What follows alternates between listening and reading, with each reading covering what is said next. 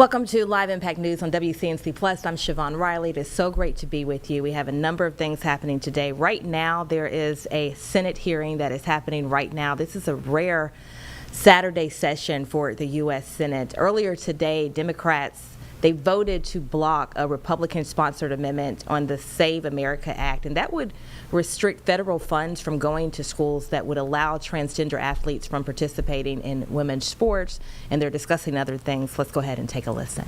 Saying that Jack Daniels and Jim Beam are not fans of teetotalers or of the temperance movement. I mean, look, these guys go whole hog into federalizing everything. And ever since April 12, 1937, they've had their way most of the time because most things they can now justify. Franklin D. Roosevelt had Democratic supermajorities in both the House and the Senate. He bullied and intimidated the Supreme Court of the United States, which had been knocking down his legislative agenda, and threatened them. Right after his first re-election in the fall of 1936, Franklin Roosevelt was mad because a lot of the laws that he had pushed through as part of his New Deal program. Remember, the villain was the Great Depression. Franklin D. Roosevelt was going to be the hero, and his weapon of choice was going to be the New Deal programs, where they're dramatically increasing the size, scope, reach, and cost of the U.S. government, putting it in charge of all kinds of things. And the Supreme Court, during his first term of office, kept knocking him down, one right after the other. You can't do that, can't do that, can't do that. And they were right. A lot of them were relying on an expansive interpretation of the Commerce Clause, which is there to give us authority to regulate things or persons moving in interstate commerce across state lines as part of interstate commercial transactions or instrumentalities or channels of interstate commerce, interstate airways, airwaves, waterways, and so forth. Whenever they tried to get too cute with it and say, well, it goes beyond that, anything that is sort of economic-ish and that involves money should do it. And the Supreme Court kept knocking it down. So what did Franklin Roosevelt do? I imagine that he's one of these guys who probably played t-ball only as a little kid, never made it to baseball, and even when he was on t-ball, he probably played on one of those teams where they don't keep score because everyone's a winner. So he never learned how to lose like a gentleman. He got tired of losing and couldn't lose like a gentleman, couldn't accept the Constitution. So what did he do? Well, he threatened to force the retirement of a bunch of the Supreme Court justices who he didn't like, whom he had named the Four Horsemen of the Apocalypse, not exactly Mr. Congeniality there, and threatened to pass legislation entitling himself to pack the Supreme Court to increase it up to the tribunal as big as like 15 people. Now, they had just barely moved into their marble palace across the street about a year earlier.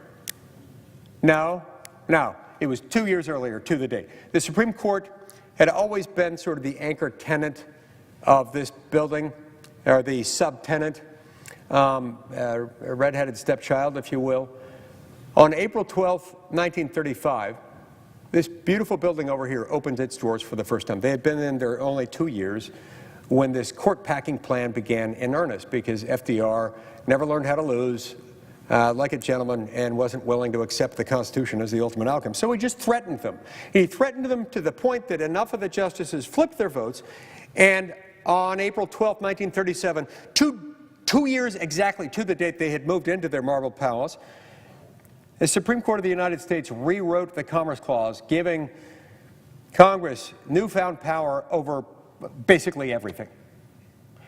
Not only could they regulate things or persons moving in interstate commerce across interstate lines as part of an interstate commercial transaction, and things involving channels or instrumentalities of interstate commerce, but now they could also regulate anything and everything, any and every activity that, when measured in the aggregate while occurring in one state at one time, had a substantial effect on interstate commerce. Yes, this is legalese. Yes, this is jargon for a very simple concept that just means Congress could now regulate whatever the hell it wants. Every aspect of human existence, labor, manufacturing, agriculture, mining, health, safety, and welfare, even occurring in one state at one time, was now on the table, was now federal. Democrats have championed this the whole time. It was their court-packing plan that forced them to push that through. And so my point is this. It is ironic one could say hypocritical, and deeply so, for the party of unlimited federal power that distorted the vertical protection of federalism and with it the horizontal protection of separation of powers. We have never retreated from that position. And as soon as we gave Congress the power to regulate anything and everything, that messed up the vertical protection of federalism. We started messing up the horizontal protection of separation of powers. Because no sooner had we, as senators and congressmen, gotten all this new power, that we started saying, holy crap, I'm going to have to work a lot harder, and I'm going to have to take a lot more votes. They're going to make a lot of people mad at me. So they stopped making real laws, and they started passing platitudes. And it goes something like this. We hereby declare as a Congress that we shall have fair labor standards and practices in this country.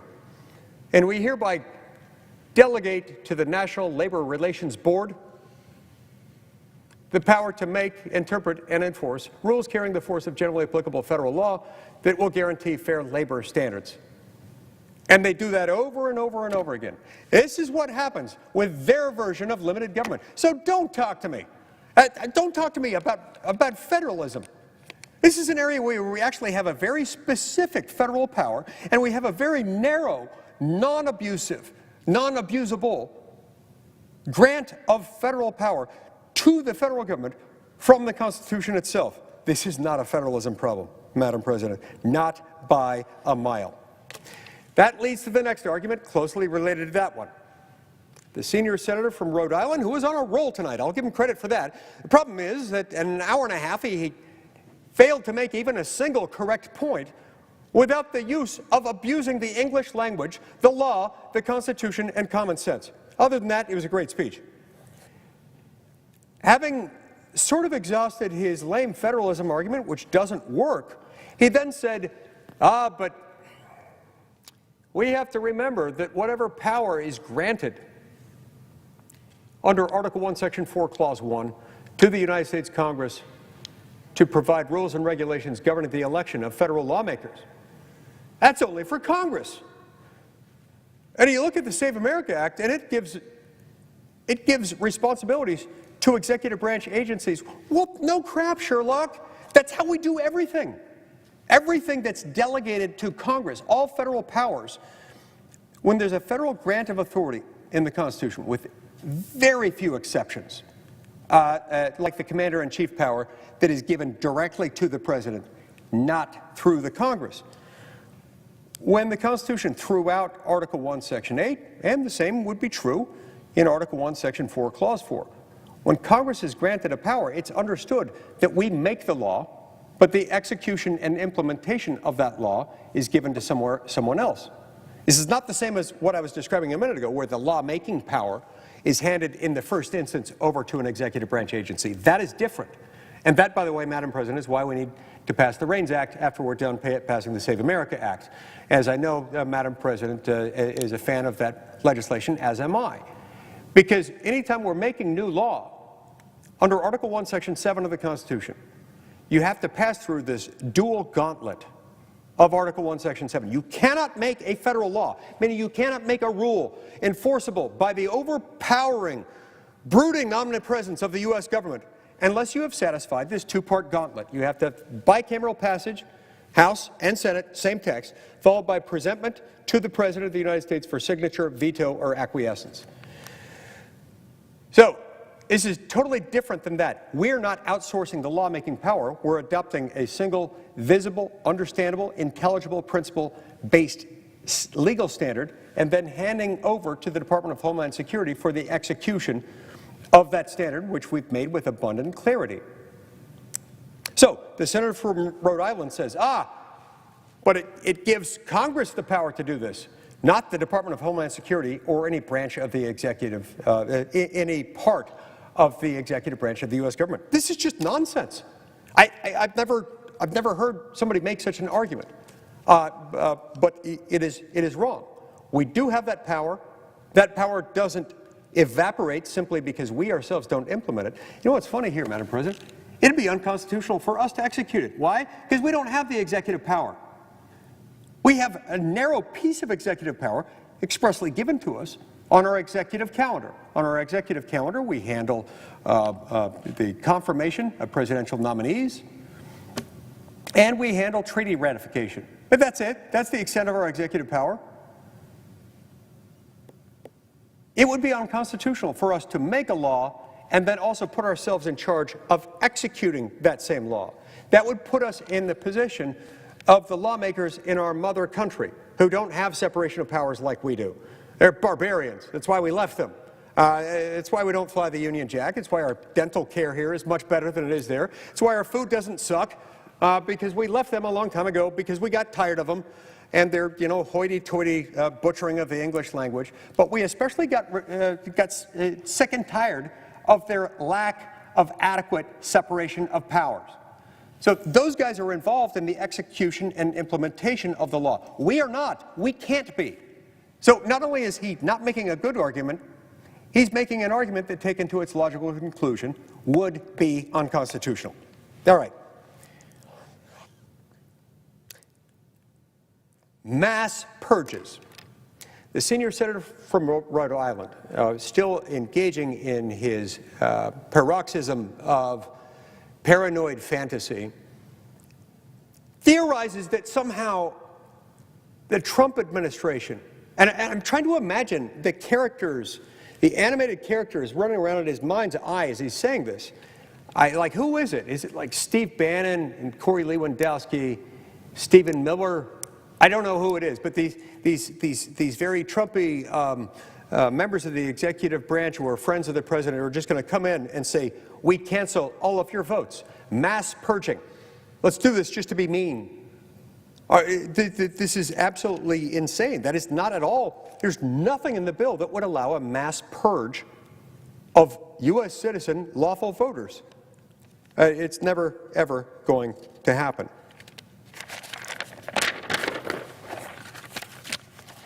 There was one interesting point that the senior senator from Rhode Island made shortly after making the argument I just refuted, where he said there are $0 appropriated for them under this legislation. That's true. Now, if the senior senator from Rhode Island is suggesting that we could make the bill better by adding an appropriation, well, we can talk about that. I don't believe that's necessary.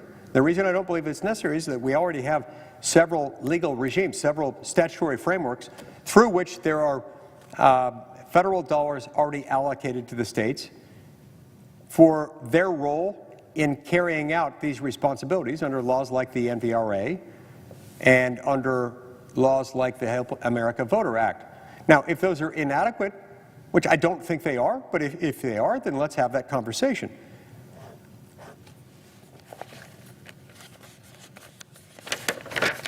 By the way, before we get to our next flawed argument raised by the senior senator from Rhode Island, I've got to get back to the federalism argument. I left out a key point of that.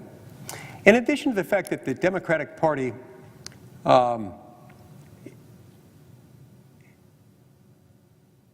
is about as into federalism as they are into kosher delis in Tehran, in addition to that, they themselves pushed a bill, ironically called the For the People Act, in the 117th Congress. Remember, this was that lovely timing between January 3rd of 2021 until exactly noon on January 3rd of 2023, when the Democrats held majorities in the House and in the Senate, and also held the White House. They pushed this bill called the For the People Act, which purported to be drawing its authority from Article 1, Section 4. I'm Siobhan Riley. The time right now is 7:14. Not only were there listening to that Senate hearing, they're talking about the SAVE Act. Some of the topics they're talking about, voter ID opposition, and so much more.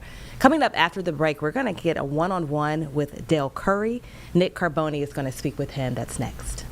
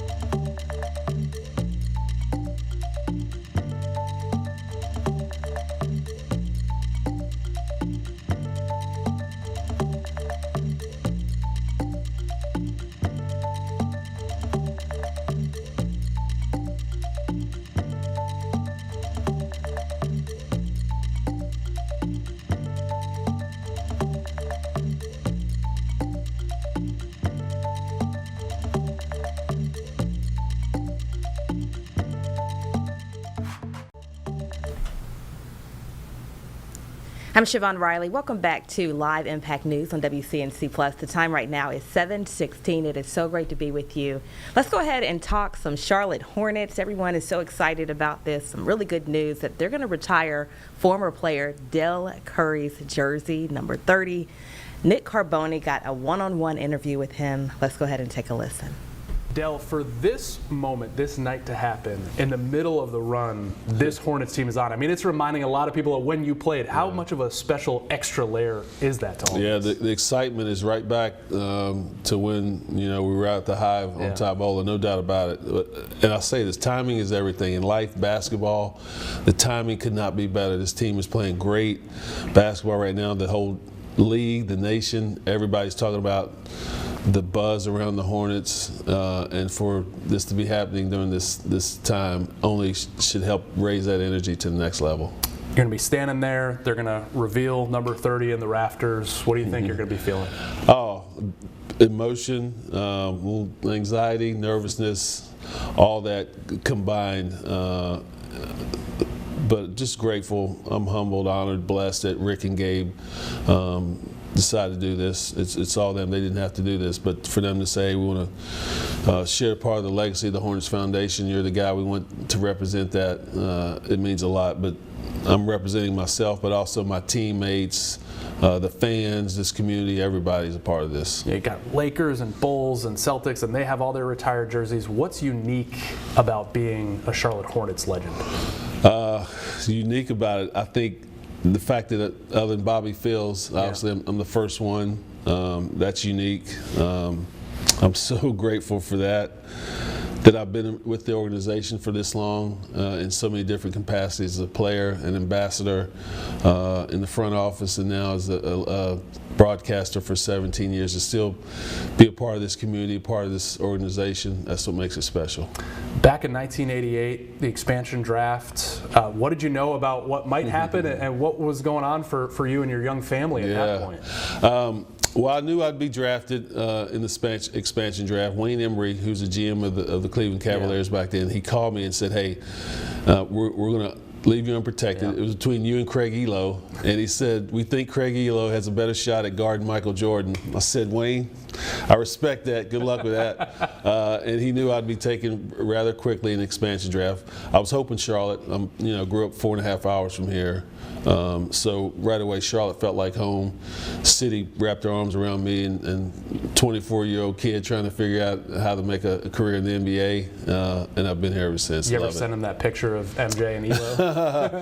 He's probably been reminded that a lot along the way. Man, you hit some big shots all the way through. And in that 93 series, I think you had 27 in Game 3, Boston, big shots again in Game 4. When you think back to those two games in that building, what do you feel? What do you remember hearing and sensing in those moments? We had a really good team, and the anxiety was at an all-time high from where we started in '88 to getting in that playoff series.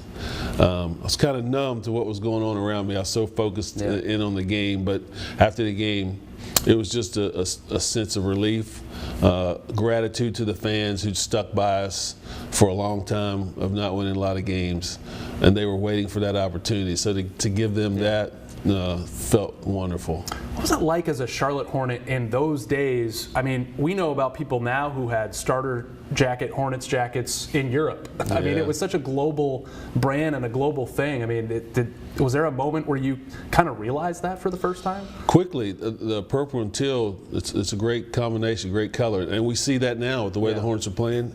That kind of vibe is coming back on the road. We recognized it right away, especially with our uniforms, pinstripe, pleated shorts. Players, we weren't too excited about the pleated shorts, but no, we felt the excitement, not only from just the organization as a new organization, but the colorway was there, and it's coming back. It's alive again. At your peak, you averaged 5 3 attempts a game. How was that looked at then, and how many would you average now, do you think? Yeah. There's guys that shoot 5 1/4. Guys on this team that'll do that. I was one guy on a team that was allowed to do that. 5 threes back then was a lot. You had a very few select guys that had the green light to do that. I was proud to be one of those guys, and that didn't come. You just didn't get handed that job. You had to earn it. You had to have respect to the coach, and also respect to the crowd, because the crowd they know who should be shooting those threes and who shouldn't. So for that to be my niche, when I finally felt like, okay, every team needs a three-point shooter. Even back then, even though we didn't take a lot, every team still needed a guy who could put the ball in the hole. I knew that was the way for me to make a career. What does it mean to you to see Steph wear number 30 and to see Seth do it in a Hornets jersey? Yeah, Seth was first to say, hey, I'm the last guy to wear that jersey before it goes in the rafters, and I didn't think about that. So proud of that as well. But for them to go to college first and pick up their dad's jersey and want that number, I was very proud of that. I think it says, hey, we want to be like my pops. We watched him as an NBA player. We liked what he did, so let's try to do that as well. And those two guys have made the number 30 even more popular around the league and in all sports, I think. So I'm very proud that they wanted to stick by Pops and kind of keep his legacy alive with that number, and it's worked for them both. Everybody wants to put Steph in that jersey. Could it come down if he wants it? Oh yeah, absolutely. Steph Curry comes here, he wants the jersey. Just like when Seth got here, they didn't ask him what number he wants. They won't ask Steph either. All right, Dale, congratulations, man. Thank you. Welcome back to Live Impact News on WCNC Plus. The time right now is 7:23. You just got finished listening to a one-on-one interview with Nick Carboni. He was interviewing Dell Curry. He was talking about his jersey being retired this week, jersey number 30. Just to give you a little bit of background information about Dell Curry, he's the number 2 all-time scorer for the Charlotte Hornets. So a very exciting time for the Charlotte Hornets right now. And speaking of the Charlotte Hornets, we're going to go ahead and transition and speak with Muggsy Bogues. He played with Dell Curry from 1988 to 1997. He's talking heart health and so much more. Let's go ahead and take a listen.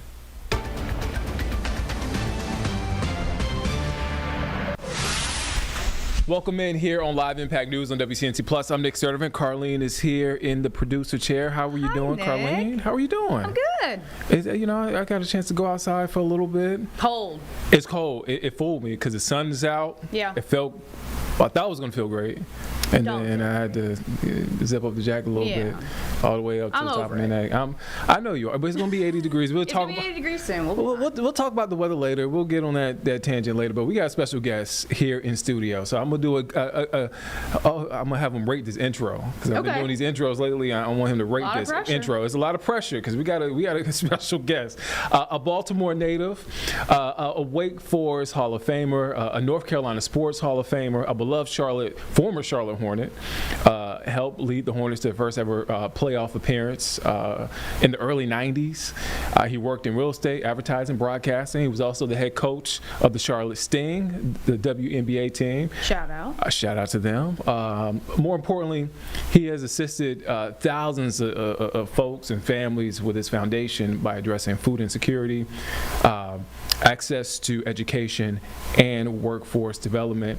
And he's here to talk about, we're talking about it all, from heart health to the NCAA tournament to the Hornets. I'm talking about Mr. Muggsy Bogues. How you doing, sir? I'm doing wonderful. Thanks for having me. Now you got to rank that intro. How was the intro? Hey, you did good. Okay. It cost me quite a bit, but you did good. How are you doing today, man? I'm doing wonderful. I'm blessed to be here with you guys. I was telling Muggsy as he was walking in. I said, "Man, what size is that jacket, man?"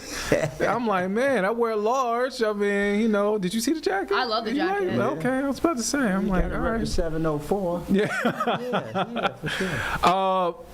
Let's start with heart health, man. I guess when you think about, a guy like yourself and these athletes, man, you guys are in tip-top shape. You don't really think of, as a viewer, as a fan, you're like, man, these guys are in shape. Well, heart health, they're good. When did that start?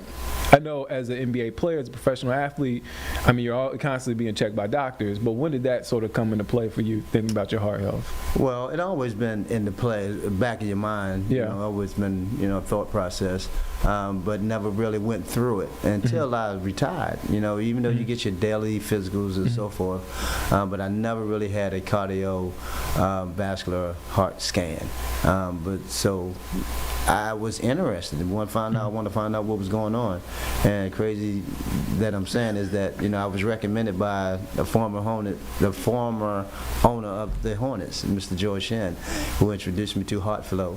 And when I, realized what the company HeartFlow stood for, and they partnered with Game Film in terms of provide insight information to retired athletes to find out what's all going on inside, with your heart. And it's been amazing since I, joined and since I did the study and joined those guys, and just to find out what's going on. And I'm so thankful I did it because we'd never know what's happening inside. As you alluded to, being in tip-top shape, doing all the great things in terms of being the best professional athlete or athlete that you possibly can be, eating healthy, exercising right, but not knowing exactly what's going on around your heart. I think now they did a study where it starts at the age of 30 to where you need to be aware of that, how much plaque that possibly could be, generating around your heart. So when I had the opportunity to go through that study, and actually I got my wife to go through it as well, but it's been an eye-opener. It's been something that I've been, really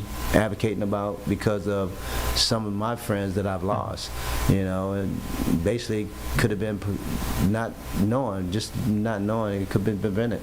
So I just want to be, spread the word as much as I possibly can, for us to check on our health. It's not just athletes. We have, and even in our community, we have a lot of underlying issues that goes along. So you got to make sure that, you find out what's all happening. And I think, it all starts with, checking your cholesterol and all that sort of stuff that give you that sign to knowing that this is something that we need to really, invest in to really check on what's actually going inside with your heart. And as you were talking about, as men, as black men, I mean, we start about going to, I think it's changing a lot. It is. But historically, we've been stubborn because, we've been scared to go to the doctor. You're scared of the unknown. The unknown, that's right. I guess for you, and you talked about your wife being a part of HeartFlow. Can you walk us through like what exactly HeartFlow is and what you guys had to do? Yeah, I mean, it's HeartFlow. It's AI. It's a non-intensive type of study that's been done on it. It's a scan, basically looking inside what's going on with the arteries, and being able to see exactly the type of plaque, the volume that's inside, and it gives you that indication. It gives you that detailed insight to really knowing the volume that you have inside with your heart. And it's a diagram, we visualize.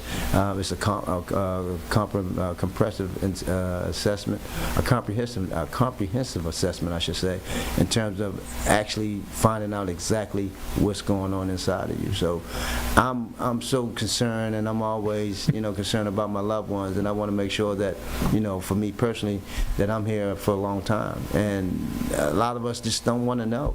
We just, as you said, we're afraid to know what's actually going on. But knowing, because you got so many people that cares for you, and not only that, it's good for your physician, clinical as well, to know what type of risk you are, if you're high risk or you're low risk. So that information is always vital. And for me personally, I just wanted to know what was all going on inside, because I know a lot of folks that rely on me, and I want to be here for a long time. Oh man, we want you to be here for a long time, and we want to have you in here at 99 years old doing it.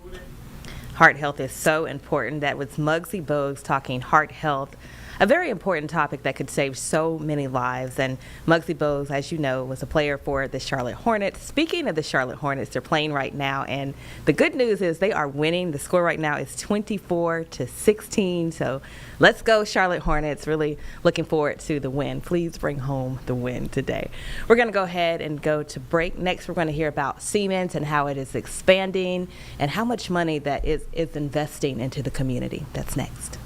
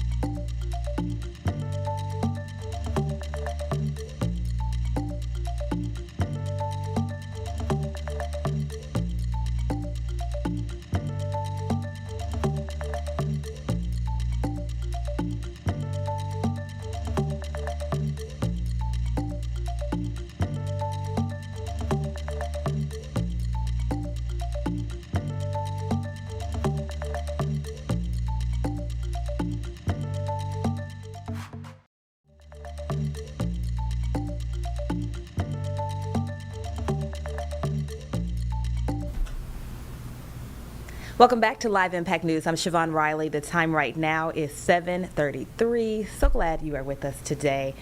Now let's talk Siemens. Siemens is investing $165 million into North Carolina and South Carolina facilities, and that's going to bring about 350 jobs to the community. We got an interview with them, and let's go ahead and listen to what they have to say. Right now about the concept of data centers and AI, really specifically though investing in some of the infrastructure that supports some of these facilities that we see more and more wanting to come to the Carolinas. So with that, it's important to talk about a big investment that Siemens says that is going to be making into the Carolinas. We've got Brian Dula, who is the president of Siemens Electrification and Automation in the United States, joining us right now to talk a bit more about this $165 million investment. Brian, thanks for joining us. Welcome. Good afternoon. Good afternoon to you. All right, so we've got some information that we've been holding under our hat, if you will, that this big announcement that y'all say that you're going to be bringing $165 million of this investment, and this is going to be, I guess, specifically dealing with support of the infrastructure that essentially supports these data centers. Tell us a bit about where this money is going and which communities here in the Carolinas this will be impacting. Yes, thanks for the question. Yeah, we're very excited about continuing to invest in the United States and manufacturing that supports the infrastructure, the electrical power distribution infrastructure, to actually bring power to these data center campuses and support the overall growth, also with the utilities that support data center customers. And specifically, we're going to be building some new factories and making some significant expansion that's going to bring roughly 500 jobs to the Carolinas. In the Raleigh Research Triangle area, in the town Wendell and Knightdale, are both going to be new factories for us, as well as a big expansion in Spartanburg, South Carolina, as well. So multiple locations and multiple infrastructure expansion. Yeah, I mean, this is definitely a hot topic here in the Carolinas. We've done so many different stories of different natures, if you will, regarding these data centers. And I mean, there's no doubt this is going to be a conversation that continues into the future. I am curious, you know, your take on what the landscape specifically looks like, just because we do hear, I guess you'd say, dual feelings about AI, in the sense that there's certainly a lot of excitement, and then there is some questioning maybe about how robust this, you know, industry will be in a few years. So I'm just curious your take on what you're seeing of what the landscape of AI and data centers is looking like, in the sense that y'all have obviously decided that you want to invest in these. Well, for sure. Siemens doesn't build data centers themselves, but we definitely support all of the infrastructure that's enabling those data centers to exist and to come online. And for sure, AI in general will substantially transform many of the jobs and the roles in the workplace today, but it's also pretty exciting times in terms of enablement of what it can bring to us, and you know, the learning capabilities and opportunities for our employees. And just like what we see, we're creating significantly new jobs for the future here in the Carolinas as part of that growth. I'm curious too, I guess, about the kinds of jobs that are coming. What sort of skill sets will these jobs entail, and I guess will these jobs be, you know, on scale with the salaries for folks in the areas where these new facilities will be either upscaled or built brand new? Sure. There will be a wide array of jobs, any from electricians and skilled skill sets in terms of labor associated with that, technician roles, being able to service equipment in the field. So we see a wide array of jobs associated with that. Siemens is investing a lot in the Carolinas as well around workforce skills development, training, and partnership with multiple universities, as well as our own Power Academy that we created in the Raleigh area for specific training around this. So we'll have specific skills and needs, but they're also very transferable. Are there any sort of misconceptions that you feel like folks might have, either about what y'all do or about these data centers, which once again, I do want to clarify, as you're not building the data centers, this is the infrastructure that you're kind of building to support the data centers, but anything about this realm that you just feel like the public should have different information or additional context about? Well, I think certainly there's a lot of fear and concern about the change in the public in general and how the power infrastructure will be handled in the future to support the capacity. Companies like Siemens, we're certainly supporting those customers and those data center customers in figuring out a way to handle that growth more efficiently and how to minimize impacts in the area in terms of how to efficiently use utility power, for example, that's available now. And, from our view, we're really here in the process to make it more efficient for customers, but also to scale that and educate the public on how to use these tools going forward to make the overall communities better. Yeah, I mean, I guess to kind of piggyback off of your response there, I do feel like one of the, concerns we might hear from folks in communities where data centers are being proposed is the electrical draw and what that might look like for customers, utilities, and we understand that you're neither the utility company nor the data center, but is there anything in particular about what y'all do as far as the infrastructure and research into how best to build this infrastructure that might, allay concerns of folks who are, thinking about what the cost impact might be to them and their utilities? Yeah, and certainly there's improvements needed in the overall regulatory landscape to improve the interface with the data center customers and the utilities. But our experience has been most of the customers are very capital intensive companies that have the cash available to really fund the effort and are more than willing to invest back in the community to support the overall power grid. So ideally in the future, I think the willingness is there from our experience in dealing with customers to make that an overall benefit for consumers down the road. There's certainly optimization. Siemens in that role is here to really hopefully make the power use more efficient, make the process smoother, and really enable these data center customers to have a net positive impact where they're going into different communities.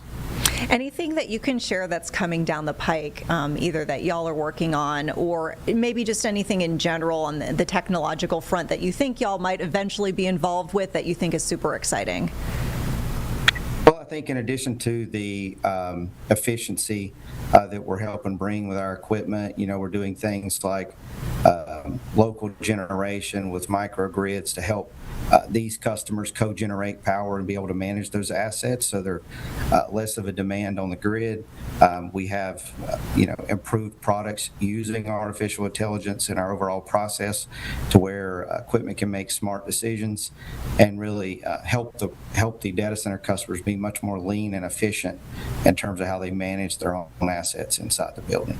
And so Siemens is at the cutting edge of that. We have products really from the utility side all the way to the rack. So lots of exciting things coming that we can't share yet, but will continue to be in development. But lots of new products that we've released recently really helping that along the way. We'll certainly be on the lookout to hear any new news on that front. We always like to ask, since we do, have investments that we hear about all the time from different companies here in the Carolinas. Why the Carolinas? Why did you pick North Carolina, South Carolina as a place to go ahead and add this extra investment? Yeah, it's a good question, and for sure in both cases we do have locations there now, so it helps as we're bringing these new jobs on to be co-located with the experienced workforce that we have, but we also have a pretty job-friendly environment in North and South Carolina, and it's been constructive to us to bring investments in facilities being available close to the areas that we have for speed, but also the apprenticeship programs with the technical schools and the availability of workforce and the willingness of a lot of the local institutions to partner with us to speed up the training and make the workers available have been a good advantage for us to bring those jobs locally to the area. If we have any young people watching who are curious about this field or interested and think that they might want to eventually be part of this, what would you recommend as far as their track, whether it's, going through a technical school or going through college program or, we have all sorts of programs here of different lengths and studies. So I'm just curious what your take would be, like advice to young people watching. Yeah, really, really great question. And I think especially in today's environment, there's a major shortage in skilled electrical workforce, and Siemens is making investments. We just made a big investment with Wake Tech recently in the Careers Electric program, where we want to train thousands of new electricians across the country, and we know there's a very high demand for that skill set with a strong compensation.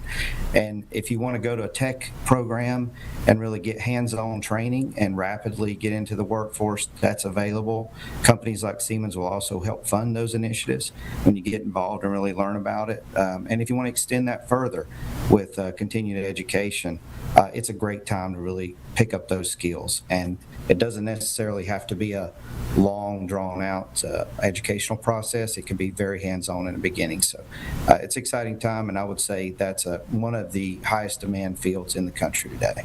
Yeah, I can imagine. So anything else, Brian, that you'd like to add that we didn't touch on here? I think, the exposure and the ability to educate the public about these roles and the upcoming jobs. There's a lot of fear that we talk about with AI, but at the same time, there's a lot of opportunity being created with the jobs that work in this industry. And I think those that embrace it, Siemens welcomes the opportunity to help support the training and support the community in creating those jobs.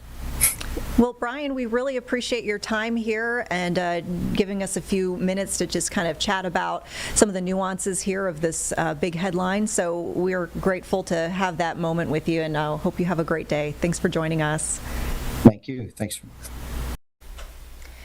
Welcome back to Live Impact News on WCNC Plus. I'm Siobhan Riley. The time right now is 7:45. We just got finished hearing from Siemens talking about that $165 million investment that is going to benefit North Carolina and South Carolina, bringing 350 jobs to both areas. So some good news happening for people here in the community.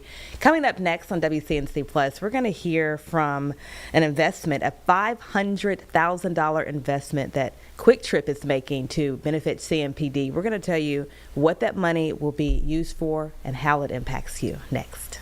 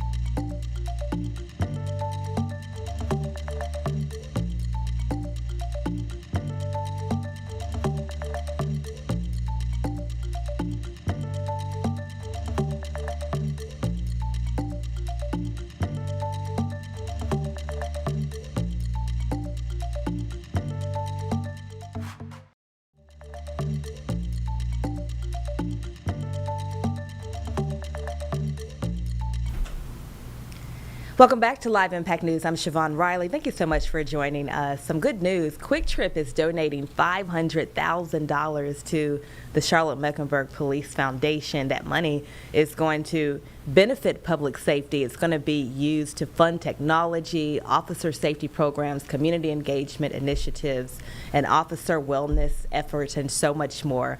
We have an interview with them and how they're reacting and how this impacts you. Let's listen in. Before we get started, we have a couple of guest speakers. I'll go ahead and give you their names and give you the spelling for their names. First one is Nick Gracek with Quick Trip, Gracek.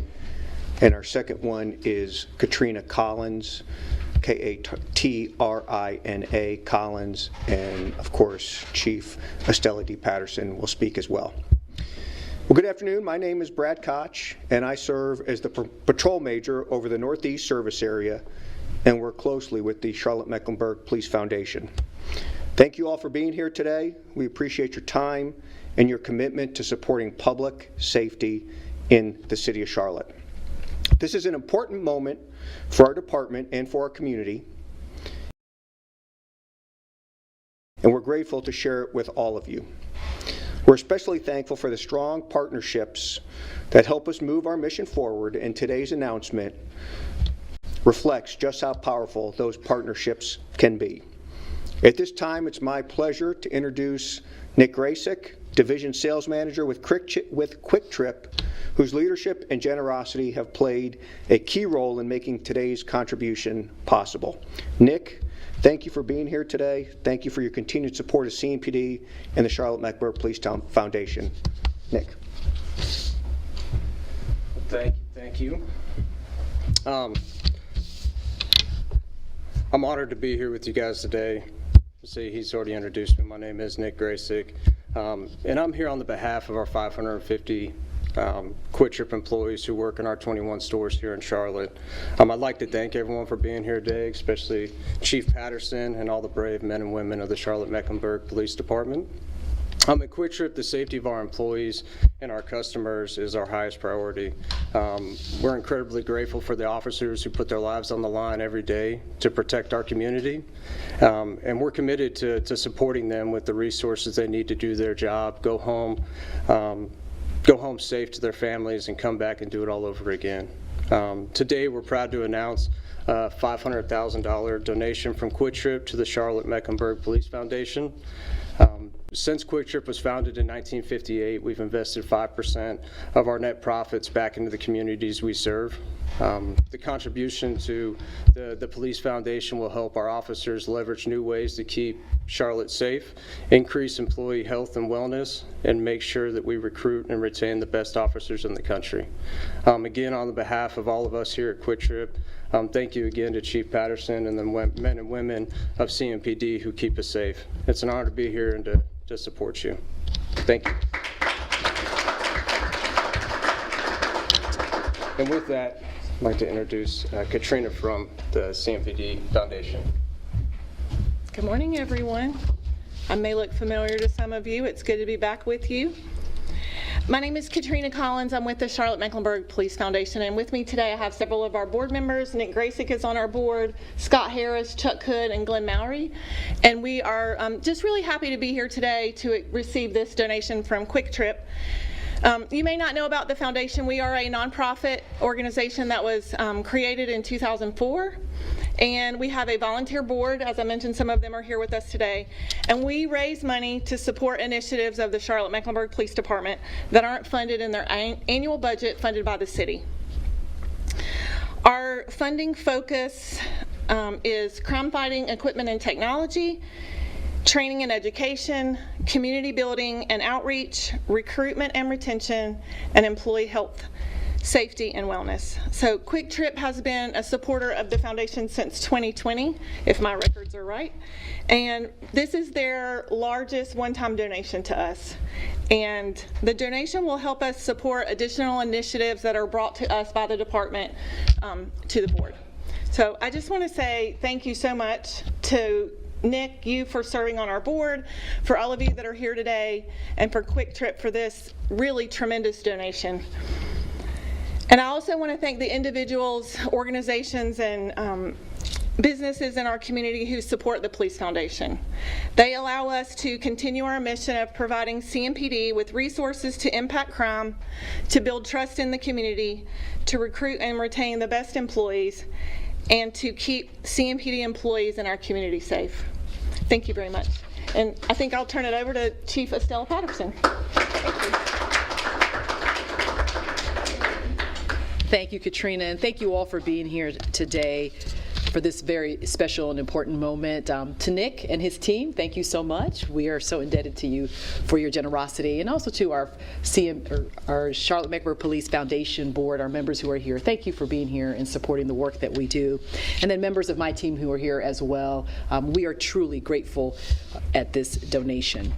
So today's announcement and check presentation is an important moment for our department and for our community, and I'm proud to stand here alongside our partners who share our commitment to building a safer and stronger Charlotte. Today we are honored to recognize Quick Trip for their extraordinary act of generosity. Their $500,000 donation to the Charlotte-Mecklenburg Police Foundation is a powerful investment in public safety and in the well-being of the people that we serve. I asked Nick, I said, I can't wait to see this check, this big check that you have for us. This contribution truly strengthens the partnership between CMPD, the Charlotte-Mecklenburg Police Foundation, and the private sector, which is something that I believe in very strongly.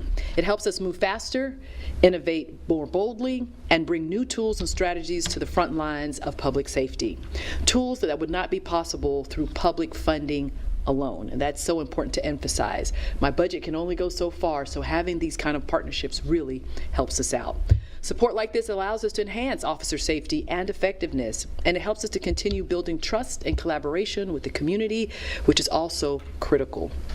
In 2025 alone, thanks to the generosity of individuals and companies like Quick Trip, the Charlotte-Mecklenburg Police Foundation invested more than $1.6 million in CMPD initiatives that directly advance my 3 core principles, which you've heard me talk about, and they are reducing violent crime and disorder, enhancing community engagement and collaboration, and improving employee wellness and morale.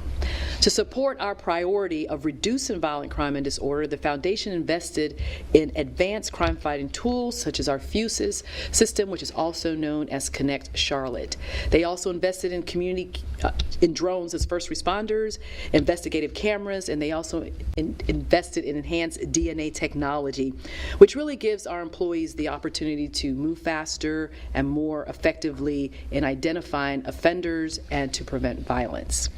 To strengthen community engagement and collaboration, the Foundation funded programs that build trust and connection, such as COPS, Cars, and Kids, and also they supported our summer college internship program to help recruit future police officers.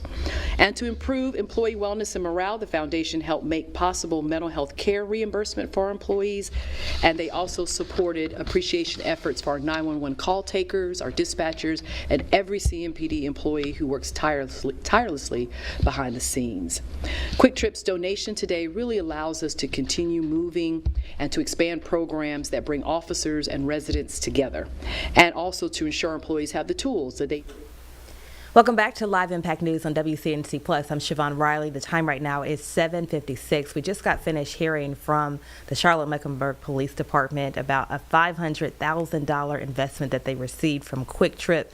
This investment is going to really be a game changer for public safety. You heard from Police Chief Estella Patterson, who just said that this is a powerful investment in public safety. She says that it's really going to help accelerate and make a difference in the community.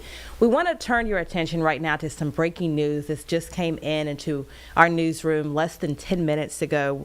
Downtown Matthews, there's some police activity taking place right there, and we want to tell you about that. We know that there are 6 Matthews police cars making an arrest on Trade Street in downtown. Let's go ahead and take a look at some of these photos. You can see several police cars are downtown. We've seen several people down there in the middle of broad daylight.